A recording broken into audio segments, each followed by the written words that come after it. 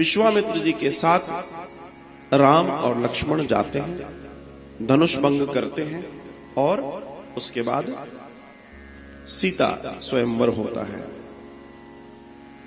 कुछ लोग ये प्रश्न करते हैं, कुछ लोग,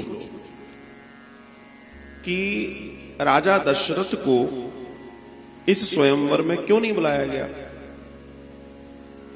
तो भैया बुलाया तो सबको गया था, फिर आप कहोगे फिर वो गए क्यों नहीं गए।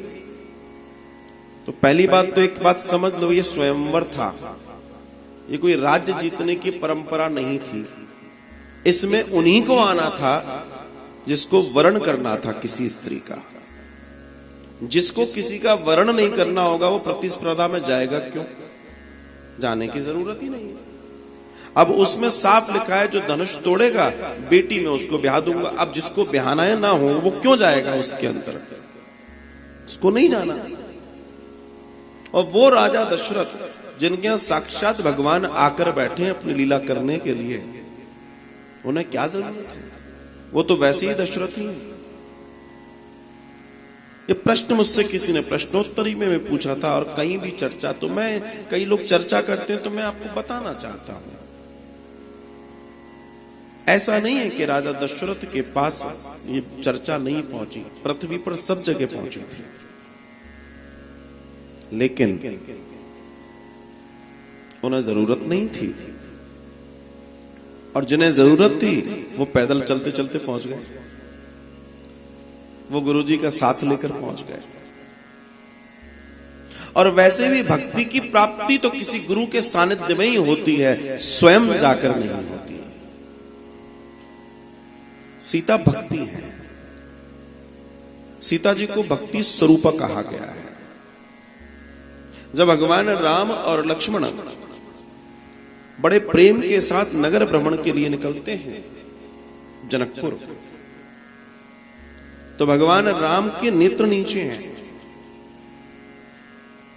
लक्ष्मण जी बार बार कहते हैं देखो कितना सुंदर नगर है, और पूरी अटारियों में, झरोकों में लोग बार बार देख रहे हैं उन्हें, नर नारी पुरुष स्त्री बच्चे बूढ़े सब देख रहे हैं। लेकिन पुरुष और बालक नीचे हैं, स्त्रियां ऊपर हैं झरोकों में। तो चर्चा आपको मालूम है, लेकिन चर्चा का विषय यह है कि सब और देख रहे हैं, सब उनको उल्हाने दे रहे हैं, सब उनको आवाज दे रहे हैं, लेकिन राम जी ऊपर नहीं देख रहे हैं, और लक्ष्मण जी को भी ऊपर देखने से बार बार मना कर रहे हैं।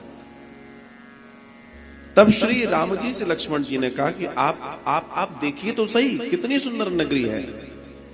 आहा। तब श्री राम कहते हैं लक्ष्मण, भक्ति के नगर में सर उठाकर नहीं चला जाता। जो भक्ति का नगर है ये सीता की नगरिया है, यहां सर को उठाकर चलना ठीक नहीं। तो उसी भक्ति की प्राप्ति दुनिया में, इस पूरी की पूरी दुनिया में भक्ति की प्राप्ति करने का जो सबसे सरल और सबसे सुंदर साधन है भक्ति की प्राप्ति का, वो भैया एक ही है, किसी गुरु की सानिध्यता। उन्हें विश्वामित्र जी की सानिध्यता प्राप्त हुई, और उस सानिध्यता के चलते ही उनके जीवन में वो कल्याण हुआ। और वो कल्याण इतना कि पूछो नहीं, इतना आनंद था उस कल्याण में कि सबके जीवन का सुंदर आनंद बढ़ता चला गया।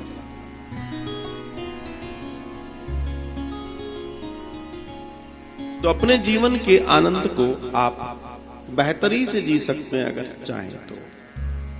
राम ऐसे हैं मेरे राम, और उन राम की चर्चा करने हम बैठे। वो राम जो सबको देख रहा है, वो राम जो सबके लिए कर रहा है, सबके लिए।